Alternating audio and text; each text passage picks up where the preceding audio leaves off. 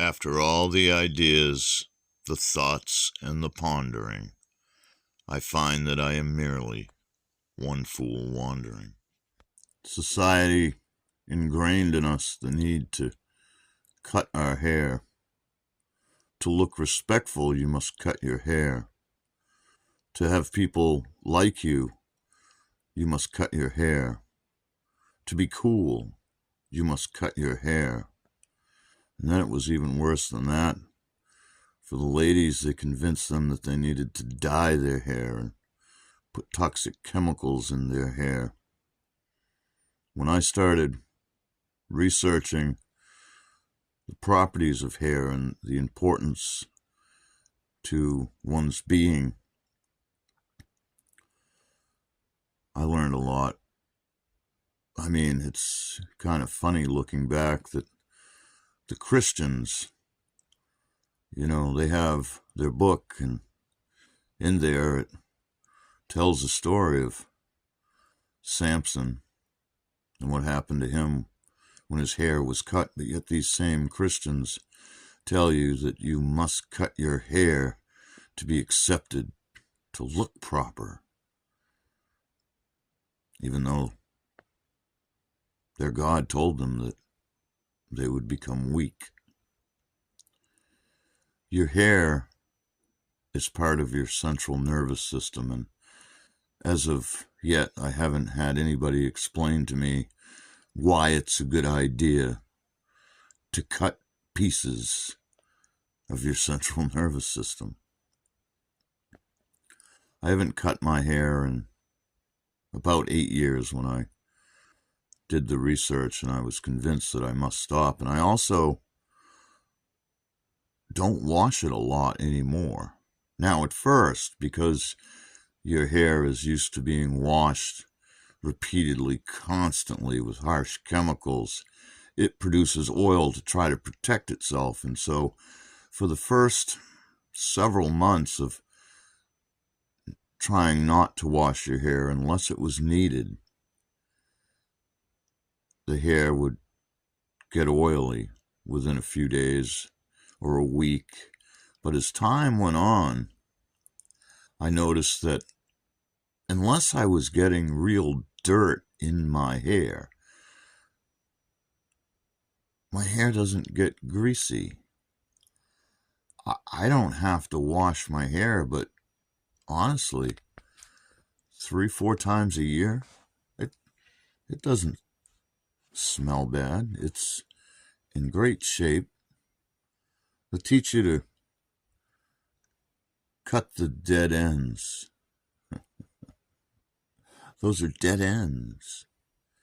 No, they're not. Your hair, if it's dead, it'll come out in the brush, and that's why you brush it regularly, but not overbrush it. You don't want the static to kill it. Now, after I stopped cutting my hair, I started knowing things, feeling things, hearing things. There's not an exact word to describe it, but I knew things. Now, you'll learn when you do your research that after 3 to 5 years of not cutting your hair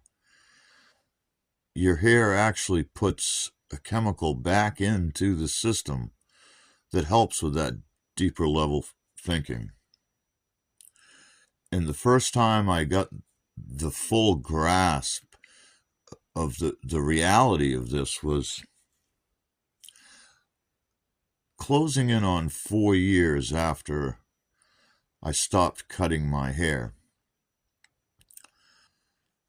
It was around 3 a.m. I lived on a sailboat in the ICW in Jacksonville Beach, right near the Beach Boulevard Bridge. So, depending on the tide, there's always a current, except for its slack tide, that little short period of time between the high and the low.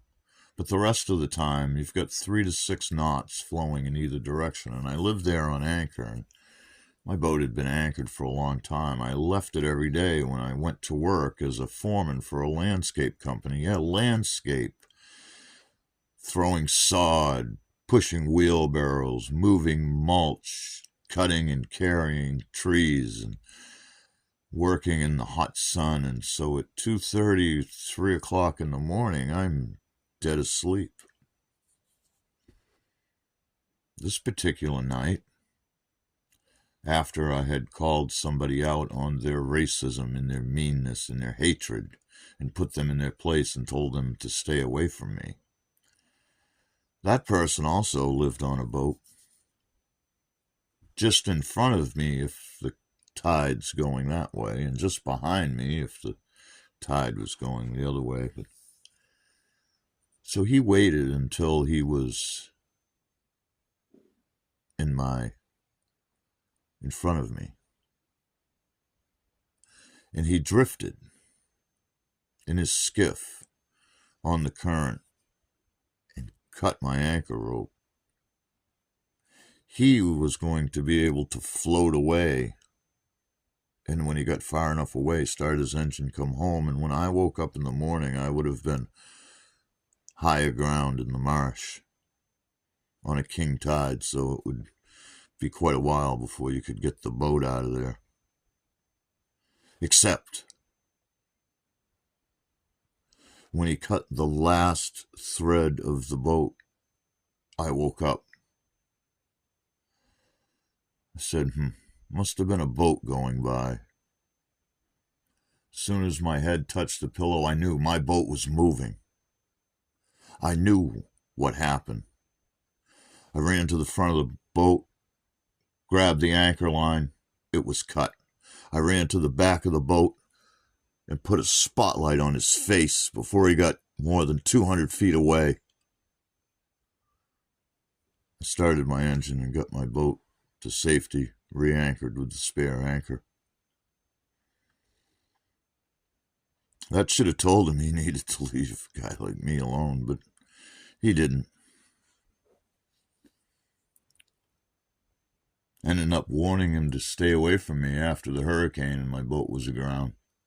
He thought he was going to come and laugh and make a video and try to discredit my name, and I told him he needed to leave now or I was going to shoot. Well, he didn't turn, and I put a hole right next to his oarlock, and the pieces of wood bounced up and hit him.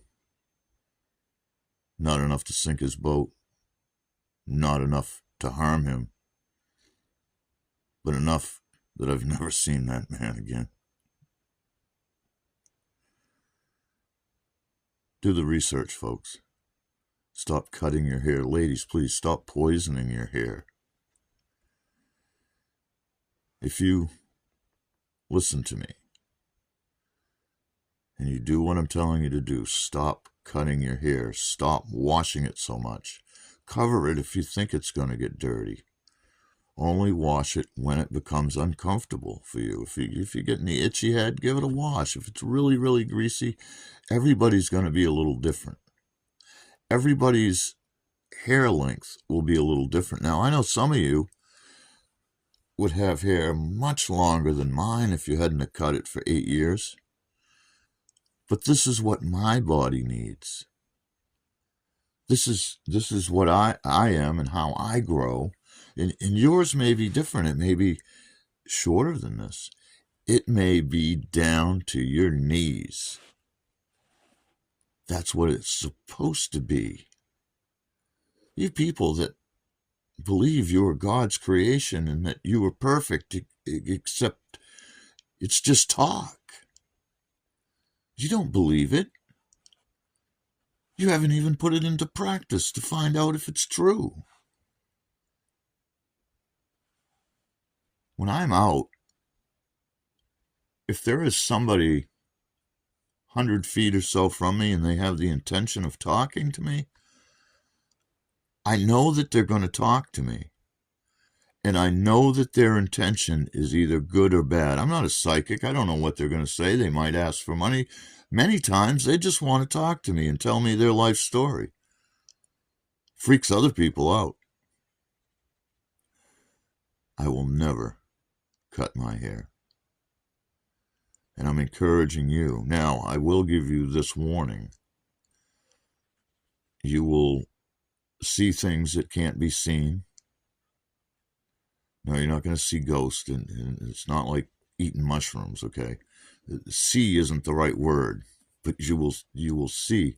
You will hear, but there won't be any sound. You will know, but you won't be able to prove it to anybody. You will be safer. You will be stronger.